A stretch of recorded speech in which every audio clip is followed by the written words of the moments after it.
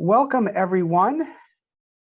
Good morning, good afternoon, or good evening, wherever you are around the world. Welcome to this webinar. I am Dr. David Grafton, the Academic Dean and Professor of Islamic Studies and Christian-Muslim Relations at Hartford International University for Religion and Peace. And I welcome you to this webinar today. A few words about Hartford International University before I introduce my colleague, who will then introduce the speaker for today. Hartford International University for Religion and Peace is a pioneering interreligious international university, originally founded as Hartford Theological Seminary in 1834 in Hartford, Connecticut. At HIU, we engage in robust religious studies, meaningful interfaith dialogue to deepen our beliefs, respect our differences, and help bring peace to the world. We do this through several master's programs, a master's in interreligious studies, a master's in international peace building, and a master's in chaplaincy. We also have a PhD program in interreligious studies, and through the work of several centers, the Howard Thurman Center, the Spiritual Life Center, and the McDonald Center for the Study of Islam and Christian-Muslim Relations. And it is that center, of which I'm the director, which is hosting this particular presentation today. The McDonald Center is an academic unit within HIU dedicated to scholarly research, teaching and publication, and communication with the public. Its faculty and staff are responsible for teaching courses in Islamic Studies in the Master of Arts and Interreligious Studies program, the Islamic Chaplaincy program in the Chaplaincy Master's degree, and in the PhD program. The center also edits the famous and historic journal, The Muslim World, which is subscribed by many institutions in 65 countries around the world. And within the center, it holds the first chair for Shi'i studies in the United States. And with that, I am delighted to introduce the holder of that chair, Dr. Hossein Kamali, who is the Associate Professor of Islamic Studies and the holder of the Imam Ali Chair in Shia Studies and Dialogue among Islamic Schools of Thought. And with that, I welcome Dr. Kamali for this important presentation today. Thank you, Dean Grafton, for this introduction, for telling us all about Hartford International University for Religion and Peace. I am honored to introduce this series of Imam Ali Chair talks that are being launched with the presentation by Dr. Alberto Tiburcio and his talk about his new book, his latest book, the paperback edition of which just came out, and the hardcover edition came out in 2020. Dr. Alberto Tiburcio obtained his PhD in Islamic Studies from McGill University in 2015. I have known him since before that, since his days at Columbia University. He worked after completing his PhD in Islamic Studies, he worked as postdoctoral researcher at the University of Marburg, Germany, and at the Max Planck Institute for the History of Science in Berlin. He is currently guest professor of Iranian studies at the Ludwig Maximilian University of Munich. Currently, he is staying in Berlin.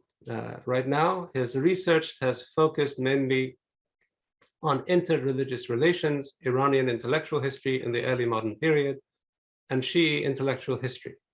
His current, new, and ongoing project revolves around the intersections between inter-sectarian, that is Sunni-Shii disputations, and the translation of Shi'i knowledge from Arabic into Persian in Safavid Iran and Mughal India. Really important topics. His book, Muslim-Christian Polemics in Safavid Iran, Edinburgh University Press 2020, paperback edition 2022, is his first book. We very much look forward to Dr. Tiburcio's presentation on his book and to the ensuing dialogue, especially because Hartford International University has been historically focused on Christian-Muslim relations, and this fits in very well with the mission of this school. Dr. Tiburcio, it's my privilege to introduce you to our attendees. Please. Thank you very much indeed, Dr. Kamali. I am very honored for this invitation, very pleased, very happy, first of all, to see you after so many years.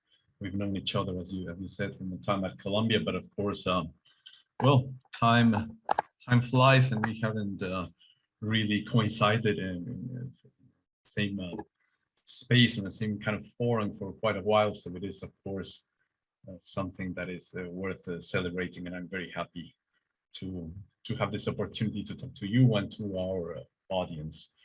So the way I would like to proceed, if I think it would be probably suitable, is I will share my my screen so I can present some really some bullet points about the topic of my book and just in general about the issue of Muslim-Christian polemics in Safavid Iran. So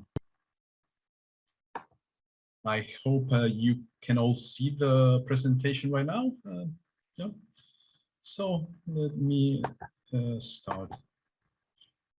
So well, as you know, the presentation today has something to do with the presence of Christian missionaries in 16th and 17th century Persia and their presence, but I would also say the response to their presence, and I think that is probably what it's more what is the major focus of my book and the presentation. So it's not so much a sociological, we could say, the social history approach, although I do try to do some of that, but it's really an intellectual history of polemics in this particular period.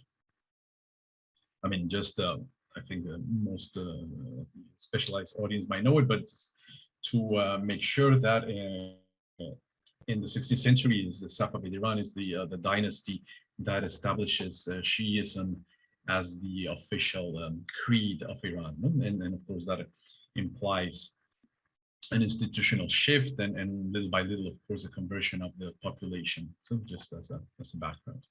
So in my book, if I would have to describe it in a way, some of the aims that I try to do is I try to explore the connected histories of Iran, India to a certain extent. We will talk about the connection to India in this particular case, and of course Europe, particularly the case of Rome, because of the connection with the institution of the Catholic Church, of course, and Iberia, mostly because some of the most important missionaries of the time came from Portugal and Spain.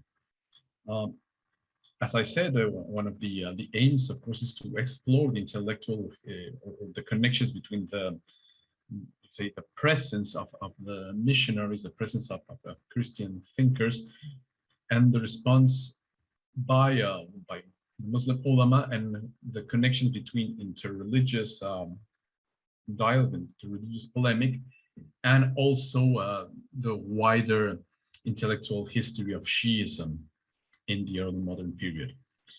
And indeed, one of the things that I want to do, that I aim to do, is try to understand precisely what characterizes polemics in an early modern setting, right? Because, of course, in and of themselves, the polemics, they tend to be a little bit topical. There are certain common tropes. So it would be easy to, not to dismiss it, but to think that it is just something that becomes formulaic and repetitive. But what I want to do, and I want to emphasize precisely, is that there are certain aspects of the early modern debate, or the early modern context in this particular archive. And of course, in a way, perhaps a little bit tangentially in this particular case, but I I also want to contribute to the debates on confessionalization in the Muslim world. Of course, this in the Safavid context, that would have to be something that requires more exploration, really, of the Sunni-Shii connection. But in a way, I also address it for particular aspects of it. So, just some background, some key moments of the presence of missionary, the missions of Catholic missions in Safavid Iran. So we have the 1602, the establishment of the Portuguese Augustinian mission. Something that we have to take into account is that in many ways, the orders were to a certain extent almost like quasi-embassies or quasi-diplomatic, you could say, attaches of particular empires or particular polities. So in the case of the Augustinians, that was mostly with Portugal and Spain, depending on the period. At some point, of course, they were united, but it is a very Iberian mission. And because of this, indeed, there was at some point the sense by Clement the VIII to, in a way, send or try to, you could say, trying to ameliorate this situation of the, or trying to counteract this strong presence, or this strong, you could say, attachment of the Augustinian mission to Portugal by sending in the Carmelites, who would be, in theory at least, more loyal or would be exclusively loyal to Rome itself and to the Pope, trying to a little bit play politics against the crown in Portugal and Spain, which were attached at some point, of course. We know, of course, that at the moment of the expulsion of the Portuguese under Shah Abbas in 1622, there was a brief moment in which the Portuguese were, in which the Augustinians also were expelled, but they managed to return when sort of the situation was certain rapprochement, if we could say. And in 1628, we have the presence of French Capuchins, and a bit later also French Jesuits. And what characterized the Jesuits is that they were quite more active in terms of engagement or debates, in particular with the Shii ulama. One thing that we get when we read the correspondence of most of the missionaries is that really, although at the very beginning they had a little bit of this intention, or at least they would express this idea that the Shah could be converted, or even this idea that potentially, you know, that the Shah could be a potential Christian because he had a Georgian wife and whatnot. Of course, at some point it was very clear that that cannot be the main focus of their mission for many reasons, including, of course, political. So what we see in their correspondence is really that at some point most of their activities were geared towards trying to bring the Armenian, which of course had an autocephalous church, trying to bring them to the Church of Rome. So that is what we see a lot in the correspondence. However, with the French Jesuits, we have a more militant attitude as well. There is this trade deal also in the second half of the 17th century with Louis XIV and Shah Abbas II, trying to get a trade deal. So in that sense, also the French Jesuits played a role. But more importantly, particularly because of the focus of my book, is the failed attempt in the sort of the last decade, the last years of the 17th century, to establish an alliance between the Portuguese and Safavid Iran against the sultans of Oman in the Persian Gulf, and with that, of course, the importance of the Augustinian the Augustinian presence, as well as trying to broker this alliance, which of course was short-lived. So again, let's consider the particularities of the early modern context for the issue of polemics. Just before we get to the particular, concrete examples that I explore in my book. But one thing that we have to take into account is that in this period, and by period, of course, I'm talking about 16th century onwards, but sometimes a bit before, sometimes a bit, depending on the specifics, a bit after. But we have an increased availability of biblical translations into Arabic, Persian, and of course, Turkish. Again, I'm not saying these were the first translations that existed, of course not, but the availability increased. And among the factors for this is, of course, the role of the Congregation of Propaganda Fide, which was founded in 1622. Among other things, it is thanks to the, it was one of the major projects of Propaganda Fide to produce the Biblia Sacra Arabica, which was an addition, you could say a collation of previous Arabic translations of the Bible, and also an addition, revision, and basically trying to produce the ultimate Arabic Bible. And that took many years. Actually, some of the people who started the project did not live to see it completed.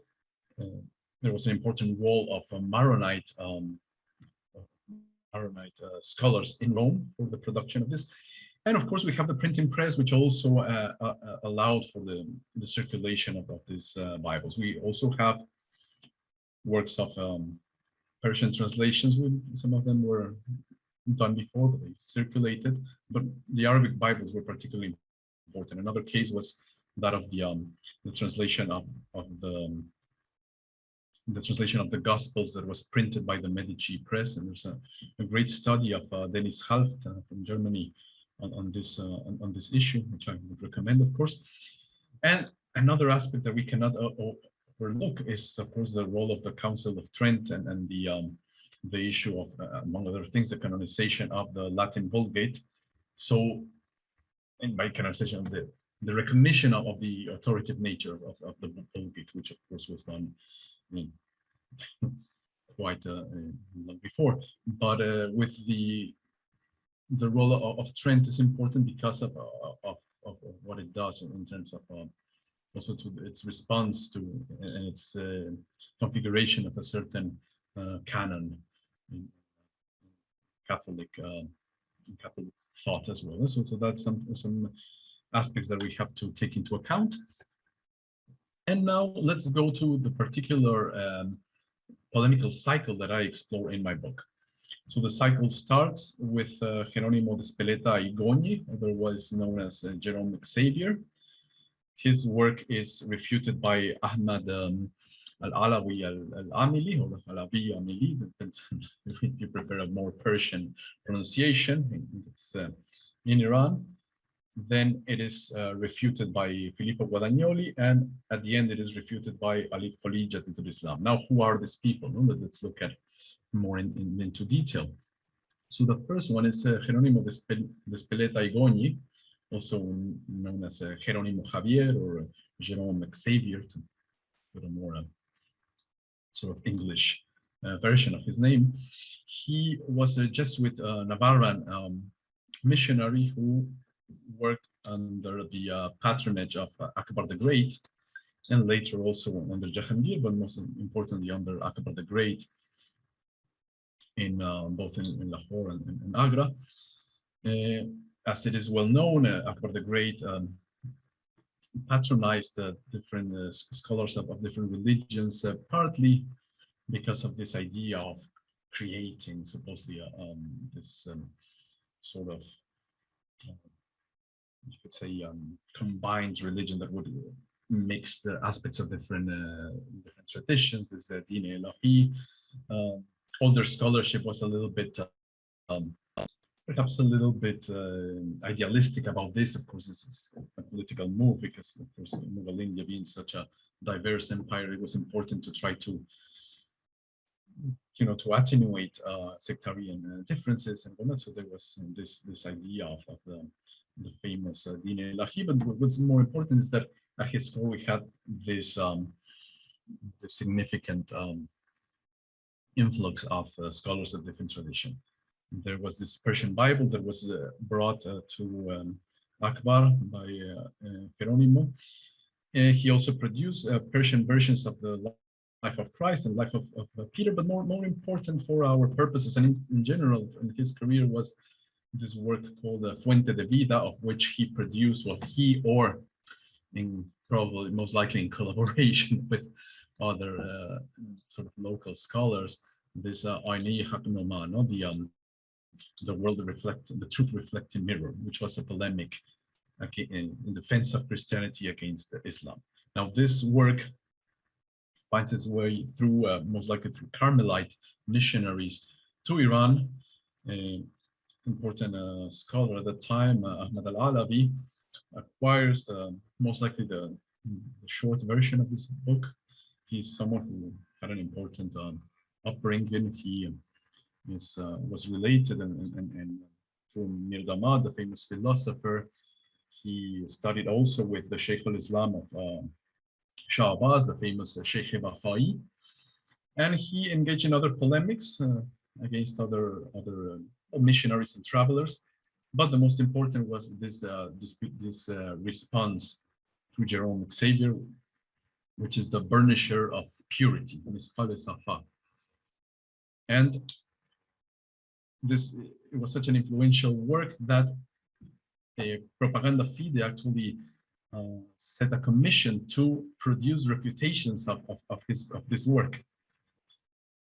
There were other disputations, but other responses to Ahmad al-Alawi, but perhaps the most important, or certainly the most important for the purposes of my book, is the one produced by Filippo Guadagnoli, who was the first non-Arab to teach Arabic at Propaganda Fide. Before that, there were Maronite scholars who were training the missionaries at Propaganda Fide. He was from the Caracciolini order, which had a tradition of teaching Oriental languages. Of course, I'm using this, the word that they use. Not, of course, I'm aware of the problematic term. At Sant'Agnese in Agone, and it preceded the formation of Propaganda Fide. So when the congregation was set up, the Caracciolini were sort of entrusted with the teaching of languages together with Maronites. And there was, of course, a lot of competition with them as well. But what matters also, Filippo Guadagnoli taught at La Sapienza. He was one of the scholars involved in the production of the Biblia Sacra Arabica. But more importantly now is that he produced a refutation of the Misqal Safa by the title of the Apologia pro Christiana Religione, of which he produced the original version in Latin and then two editions of the translation into Arabic. And finally, so the final part of the chain of polemics, if you will, was done by this very interesting character, almost, you could say, almost cryptic character, which is Ali Jadid al-Islam. He was actually a Portuguese Augustinian missionary who arrived sometime in the end of the 17th century. His name as a missionary was Antonio de Jesus, Portuguese missionary. He was part of this Portuguese Persian commission for the anti-Omani alliance. We know relatively little about him. Some of the details in the embassy of Gregorio Pereira, who was the ambassador to the Portuguese ambassador to Shah Sultan Hussein.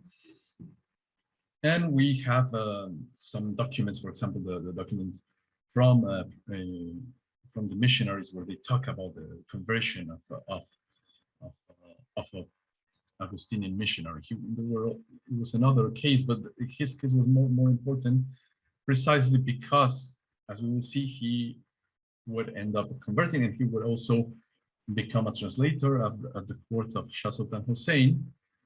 And most importantly, he would write this refutation of Filippo Guadagnoli. Now, the form of this refutation is that it's an interesting book because it contains a translation of the book of Genesis the translation, so Persian translation based partly on the Vulgate, partly also on the Biblia Sacra Arabica, and of course he attacks he attacks both. He attacks the Vulgate for being for having obscured allegedly the original text, of the text the Old Testament in Hebrew, the New Testament in Greek, and what he claims is, of course, that the translators of the Biblia Sacra Arabica were incorporating those mistakes into their Arabic version. Also, of course, him as someone who knew the originals and who also knew the Latin, he was able to find those mistakes. So that was part of his claim, together with the more direct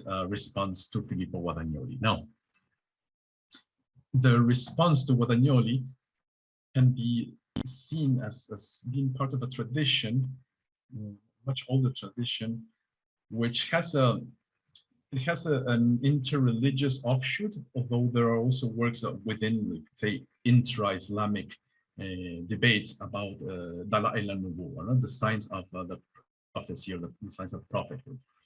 And some of the early examples of this were by Ali Rabban al-Tabari or Ibn Qutayba as well. And in its inter-religious version, or sort of strain, if you will, one of the characteristics is the use of the Bible and the Torah as a proof of Islam. So you read the Bible and you interpret what it says as a proof of the coming of the prophet. So one of the characteristics of the early cases is that either some of them might not have had access to the entire biblical corpus. Most likely what they had is access to the same sort of excerpts. Not all of them. I mean, we see, of course, a gradual evolution to this, but to the whole biblical corpus, it took time. So that's something important to take into account. But another characteristic is that converts, including, by the way, Rabban al-Tabari, were some of the most important sort of authors of this kind of literature. One of them comes from Judaism, as Samuel al-Maghribi, and then the other case of Anselm Turmeda, a Mallorcan author who also wrote Polemics. So, and the thing about the converts is, of course, they could claim that they had knowledge of the religion they were coming from, but of course that this does not imply, of course, that they would not misrepresent the scriptures when it was necessary. So now, you could say one of the typical tropes of Dala'il al-Nubuwwah and polemics in general is this theme of the idea of the scriptural falsification, or tahrif, of the idea that Jews and Christians had tampered with the biblical codex, and that they were producing a false, they were falsifying the scriptures. No? But there were two kinds of let's say, the two strains of the idea of tahrif. One would be the tahrif al-nas, so the falsification of the actual text, and the other one would be just the tahrif al-ma'na, which is the idea of the falsification of the meaning. So that in that case, the text would not be the problem, but the really exegetical part of it. By the way, oftentimes we have both in a particular, or the implication of both in a particular polemic. So that is something important. We also have the theme of St. Paul as a falsifier of doctrine. Well, something that's interesting is that scriptural falsification, or the theme of tahrif, is not always, here I say, historicized. What I mean by this is that not all polemicists offer a narrative of what moment this tahrif occurred. Some of them do, some of them don't, and the narrative is not always fixed, But in the case of Jadid al-Islam, what he does is that he talks about the Septuagint and this idea of the 70 translators of the Septuagint during the Greek, and we have also the idea of some old examples of patristics, including Origen, where there's this accusation that the early translators would also had also falsified the Bible. But what is more important, perhaps, here is, and what makes it an early modern text, so to speak, is that his main attack was against the Saint Jerome's Latin Vulgate. In and of itself, that was also, to a certain extent, a topical notion. It was not that it was something, a claim that was unprecedented in the early modern period, but what matters is that the implications of saying this in the context of the post-Trento canonization, I'm not sure if this is the best word, but like the recognition of the authority of the Latin Vulgate in the early modern period. And so that is something particularly important in the case of Jadid al-Islam. Now, so that is you could say some of the tropes or the things that characterizes his contribution to the genre of polemics, in the sense of the continuities, if you will, with the tradition that was inherited from the times of, well, basically from Abbasid times, and that continued to evolve through the medieval period, so to speak. However, there's another strength of Dalail al-Nubuwah that includes, of course, the use of hadith for intra-Muslim, I wouldn't say necessarily disputations, but just intra-Muslim debates. In and of itself, the use of hadith in texts that are called Dalail al-Nubuwah, they tend to be non-sect specific, if I would say, if I should say it like this. Most of them, of course, by Sunni authors. But then there's another strain called of the works that are usually titled Dalail al-Imama, so the idea of the proofs of the imamate, and of course that would be a Shii specific kind of work. So in that sense, it's important to see how Jadid al-Islam also incorporates hadith to his work on polemics. And what he does is something interesting, because he selects hadith about, for example, the martyrdom of Al-Hussein, and he looks at this in a way not necessarily unusual claim that that this martyrdom had been foretold, that he was a sort of a willing martyr, in the sense that he was aware, or that there were signs that this needed to happen, that the tragedy of Karbala. But what interests me here is to look at the body of hadith that Jadid al-Islam uses. So the way that so he incorporates the hadith within the sort of alternating it with other proofs, so arguments of a biblical nature, or just simply refutations of the text of Wadanioli in certain cases. The way that he refers to the hadith is interesting, because he does not explicitly say where he's drawing from, and he also does not quote the works in Arabic. What he produces is a Persian translation of the text, of the matan, but it's relatively, well, I don't know if I would say easy, but it is possible to trace back some of the sources when I'm comparing the Persian version and the Arabic versions. And what we see, of course, is that he relies on sort of Shii specific collections. But what's more important here, of course, I mean, don't worry if you're not familiar with all of the names, but it's something that I think it's important to take into account, is that the corpus that he uses goes beyond the purely sort of the four canonical collections.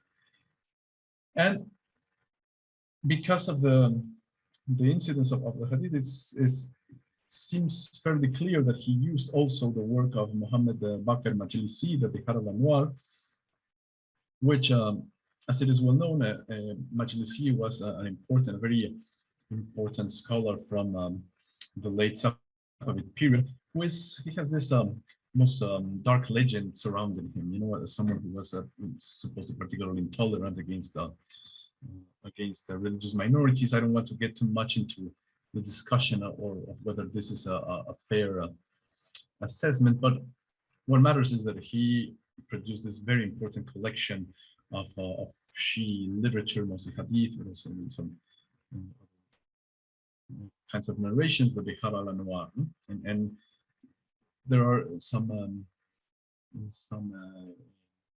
hints that Jadid al-Islam was probably familiar also with this work.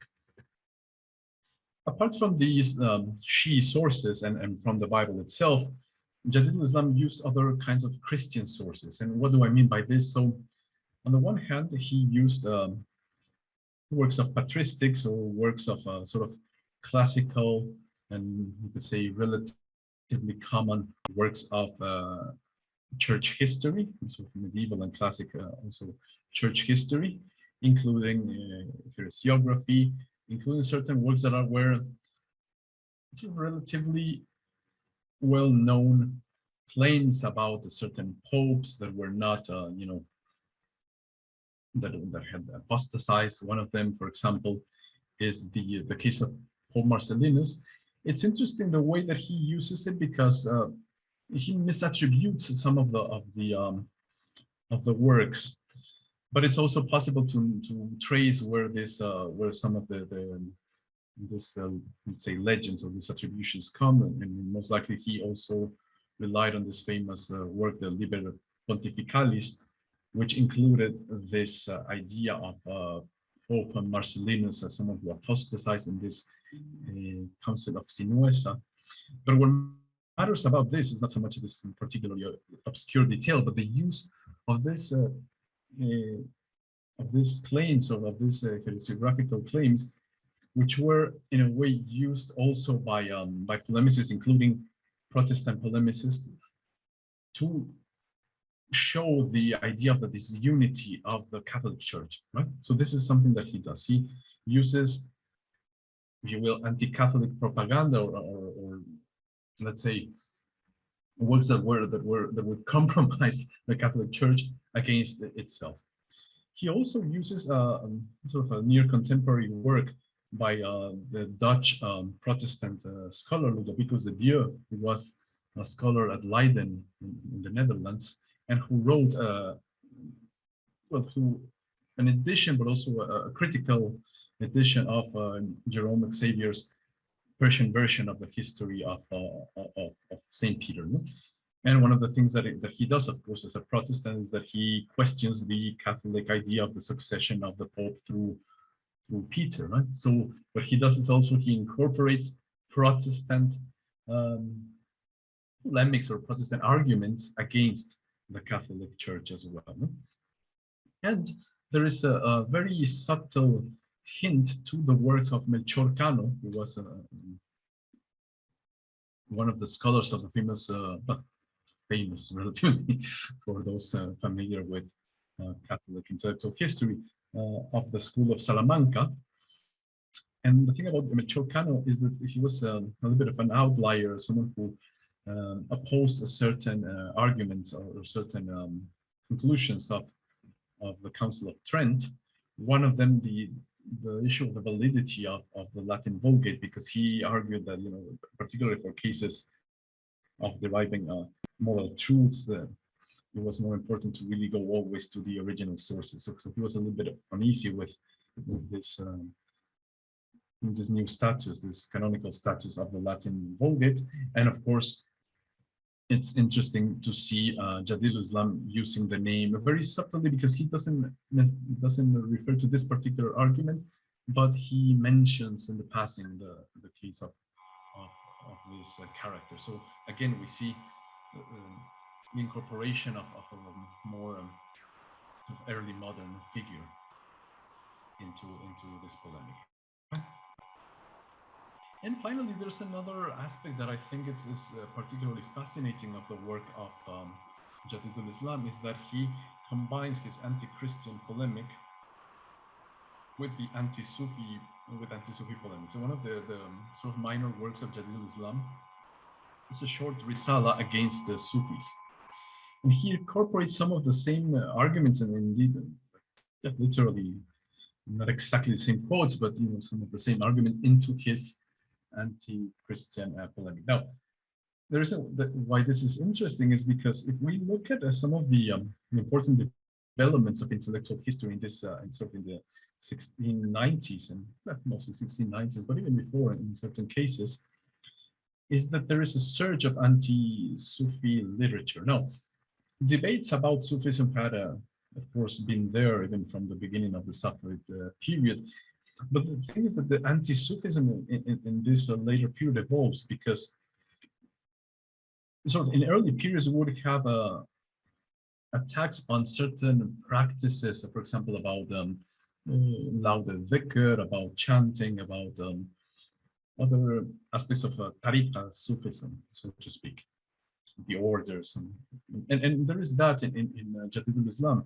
But what we see in the works of most important as anti-Sufi thinkers of the late Safavid period is also a reaction to the scholastic philosophy and Irfan, and basically to some of the trends of the so-called school of Isfahan. And don't want to, of course, talk too much about whether this term is the most adequate to describe a series of thinkers that, of course, sometimes did not necessarily share all their views, but we see the influence also of the philosophical heirs of Ibn Arabi in Iran. We see the influence of Mullah Sadr, Amir Damad.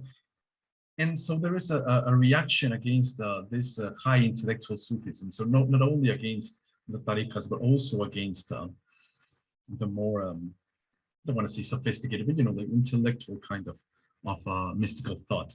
So what Jadid al-Islam does is he tries to combine this sentiment with some of the more traditional tropes of anti-Sufism, and that also combine this idea of Sufism and Christianity as being similar. So, and again, one of the arguments that he brings about is the idea that the orders have certain practices that are very similar to that of the missionaries, and the idea of following a sheikh or a peer, and how that is very similar to following,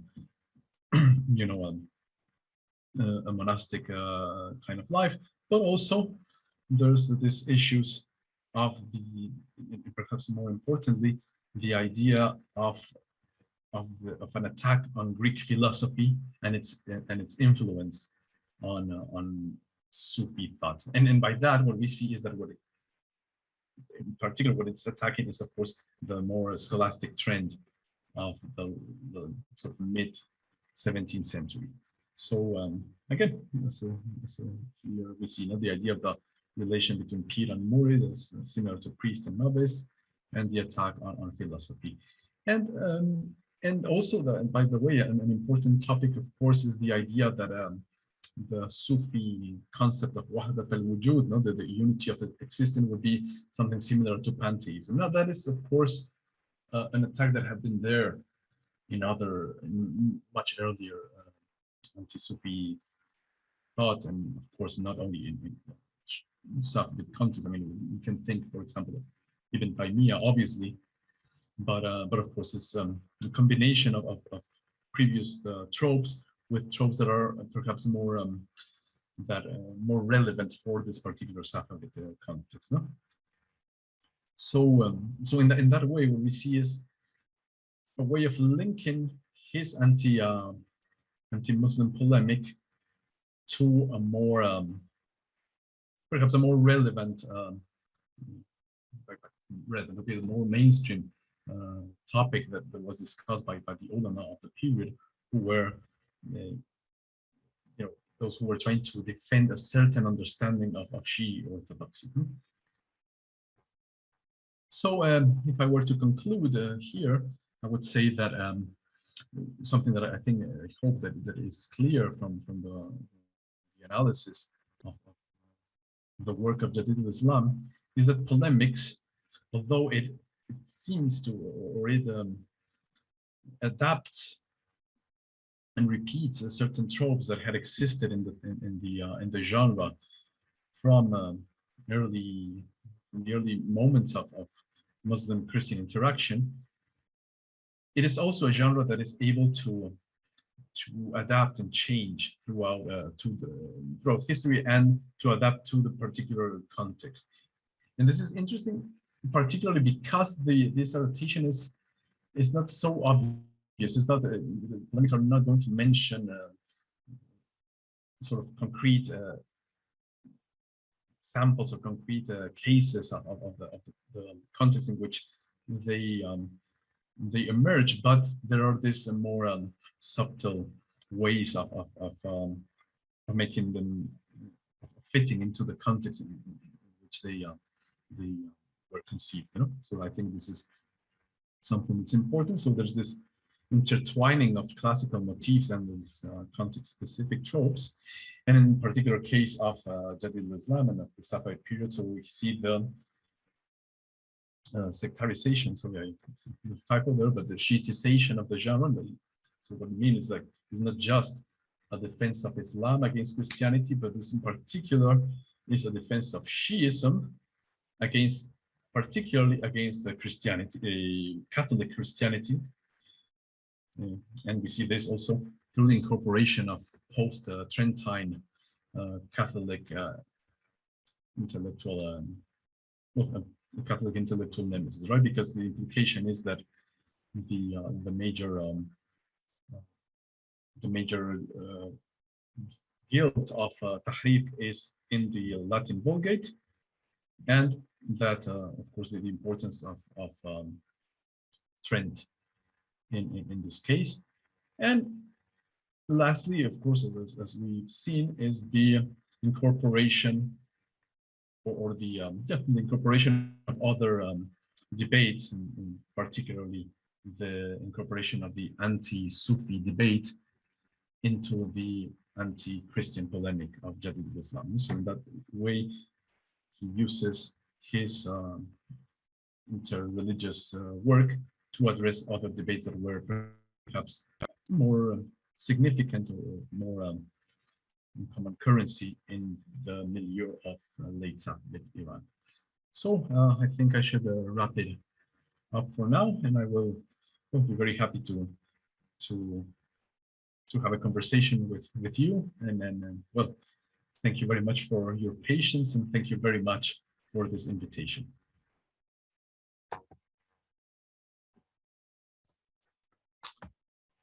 Thank you, Dr. Tiburcio. As we wait for questions to come in through chat, I have a question to ask you. First of all, this was a very informative presentation, very informative for me personally, especially as you referred to the influence of some Protestant thinkers on Father Jesu or Ali Jadid al-Islam. I didn't know about his reading of Louis Dudieu, whom you mentioned. Very short reference. Very short. Okay. What does he mention the name? No. And what does he refer to? What does he refer to? Which work? It's clear that he refers to this. I don't remember right now if he mentions it by title or is this something that I managed to identify in the book by sort of doing a little bit of detective work. But it's clear that it is against this this work that is an edition and let's call it to a certain extent refutation or critique of Jerome Xavier's Dastane Petro. Very important. This is really new. This is a new result. Also, your reference to Melchior Cano. Now, you said that in his Dala'il al-Nubuwwah, he doesn't talk about, he doesn't bring up the argument against the Latin Vulgate edition. First of all, does he name the source? Is he talking about Doulosis Theologicis or the other work, the Consultatio Theologia of Cano? Does he tell us which work? He says, and I think this is perhaps some inaccurate thing, because he says this is a Melchior in sort of a Persian transliteration.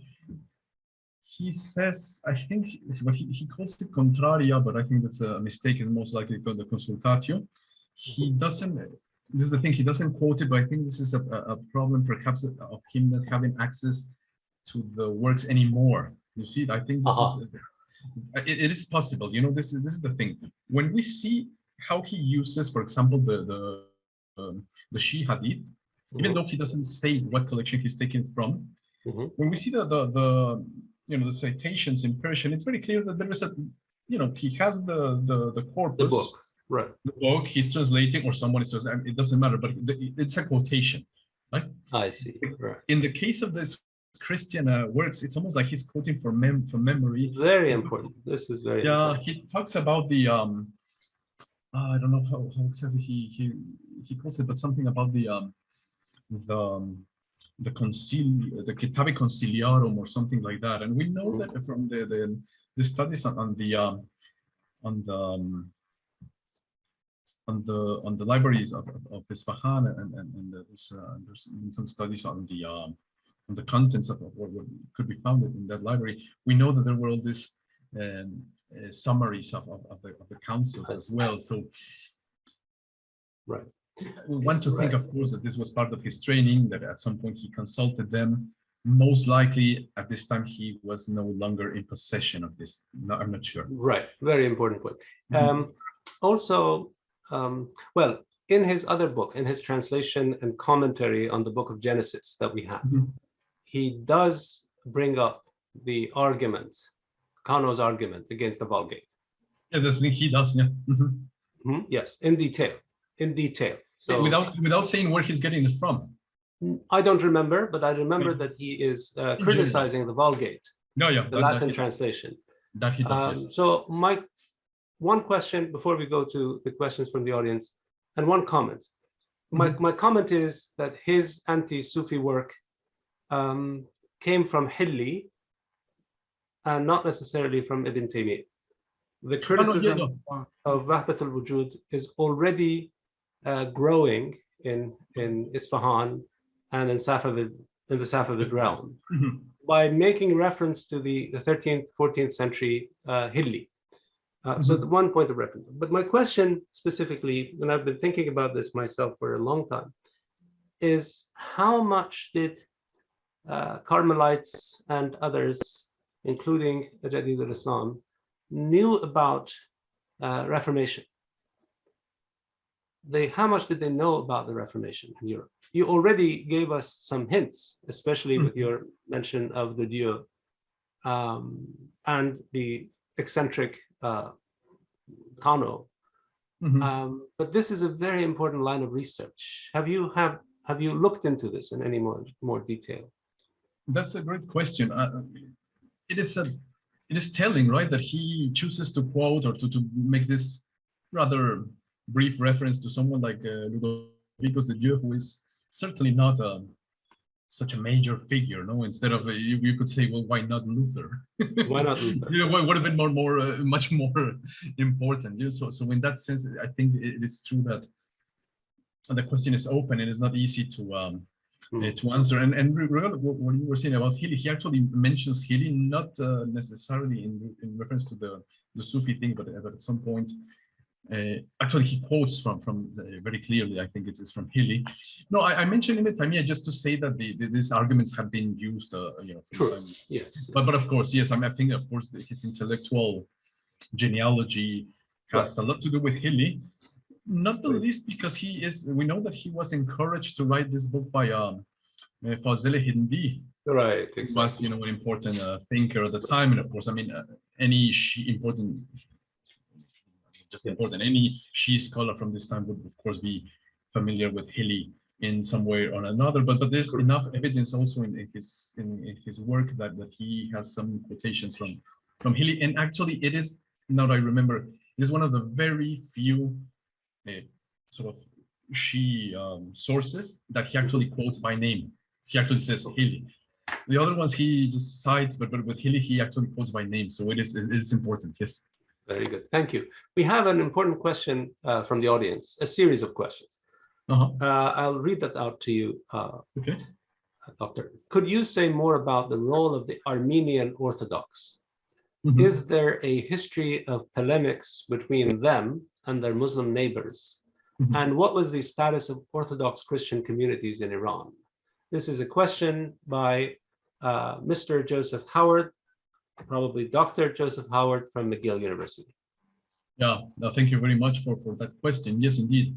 Well, the thing about the Armenians, yes, there are some, there is a polemic that I haven't, I mean, of course, there's the issue of language for me, but yes, there are some, there's the case of, name Marcus, somebody by the name of Johannes Marcus, who writes a defense of Christianity addressed to Shah Sultan Hussein. So we have that. I have an article on the case of, this was not a scholar, there was an Armenian merchant who converts to Islam. He writes an autobiography much in the style of the traditional sort of conversion narrative. So we have that. So yes, there is a certain history of polemics. Of course, I'm not very knowledgeable about the extent of or the scope of the archive. I suspect that that is significant. There are cases we know, for example, of debates with, for example, there's the case of the French Jesuit Aimé Chezeau, who was hosted by the Armenians, and then at some point he also started attacking them. But the overall status of the Armenians, and this I talk about in the sort of the first part of the book, which is the more contextual part, is that it's a complicated status, because at some point they are relatively protected. Of course, they are sort of forcefully relocated to Isfahan at the time of Shah Abbas because of the scorched earth policy in the frontier regions. But then they become, because of their merchant expertise and because of their networks regarding, of course, the silk trade, they become a certain kind of, you could say, almost like a protected minority, insofar as they could help that's in the economy of the crown. But particularly towards the end of the Safavid period, we have many cases of forced conversion. So it seems that when things were okay, they were respected, that they were, when things were relatively okay for them, but they were also used as scapegoats in moments where for whatever reasons, economically and politically, they were either not useful anymore as a trade partner, or simply a convenient scapegoat. And that part is particularly pronounced in the later decades of the Safavid period. Yes. Right. Very interesting. There are books on Isfahan and the status of Orthodox Christian communities in Isfahan. There's a book on Julfa. And I think if you would agree, Dr. Tiburcio, that one of the leading scholars in the field is Professor Sabu Aslanian at the University of California in Los Angeles. For trade in particular, for the question of trade with the Indian Ocean. Right. So he would be probably a good person to reach out to. Thank you. There's another question by Professor Rashid Chaudhry. Do you have an idea of who the intended audience of Ali Quli's book would have been? Would it have circulated at all beyond the scholarly class? Would the administrative class have read books of this genre, for example? This is also a good question. Please. Yeah, question, and it's not. I addressed that also in the book, trying to respond to a question that is not that easy, to respond, in the sense that there's so we have, if I remember correctly, three sort of manuscripts of the book on which the Rasul Jafarian's edition is based. We know that there was so in the Chronicle of Carmelites, there's a mention of what would have been a next chain of the polemical cycle by a missionary. I don't remember the name now, but I mentioned it in the book. But to my knowledge, that if that was ever completed, it's not extant.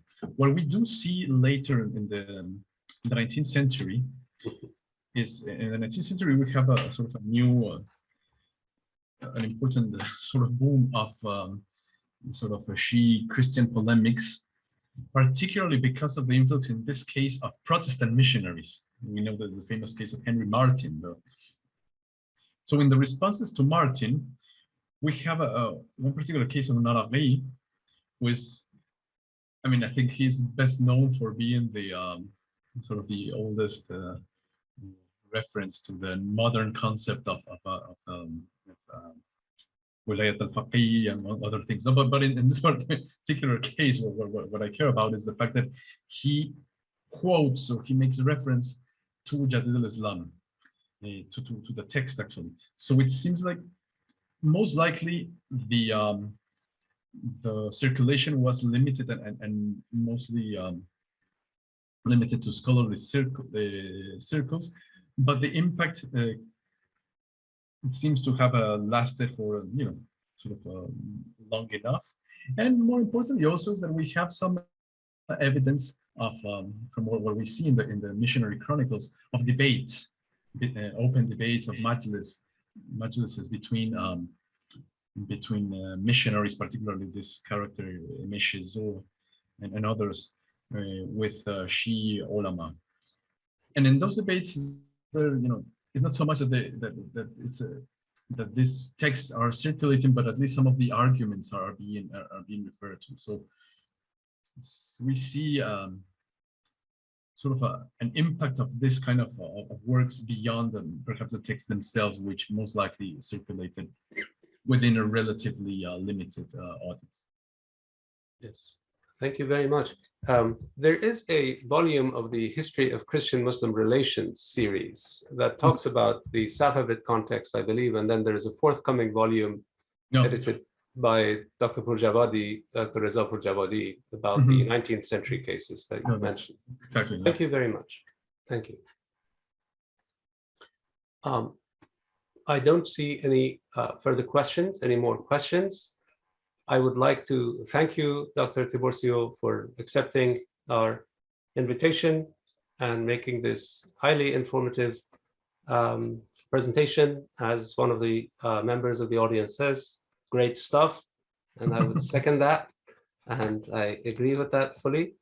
I want to bring this to the attention of everyone, either present now or listening to this another time, that the Imam Ali Chair Lecture Series is open to scholars who work in Shia studies, and this is a place for the presentation and discussion, their ongoing work, with the hope of enriching the field in general. Once again, I thank Dr. Tiburcio. I thank Dean Grafton, Director of the McDonald Center for Christian-Muslim Relations, and I thank Ms. Susan Schoenberger and Mr. Joseph Chung for making this event possible. And once again, I thank you everyone for attending and being with us. Professor Grafton, any final words? Or Dr. Tiburcio, any final words? No, just really to thank you, to thank, of course, Harvard International University for the invitation. It's quite an honor and quite a pleasure to be able to talk to you, to be able to reconnect in the case of you in particular, of course, and to be able to share my research with excellent work. Thank you. Professor Grafton? Yeah, thank you very much for this presentation and the opportunity. I just put the book in my Amazon cart. Look forward to reading it. It's earlier than the 19th century material that I've been dealing with, so this is good information, background information for me. So thank you so much. Thank you, Dr. Kamali and everyone for joining us. And we look forward to seeing you in future Imam Ali Chair presentations. Thank you. Thank you so much.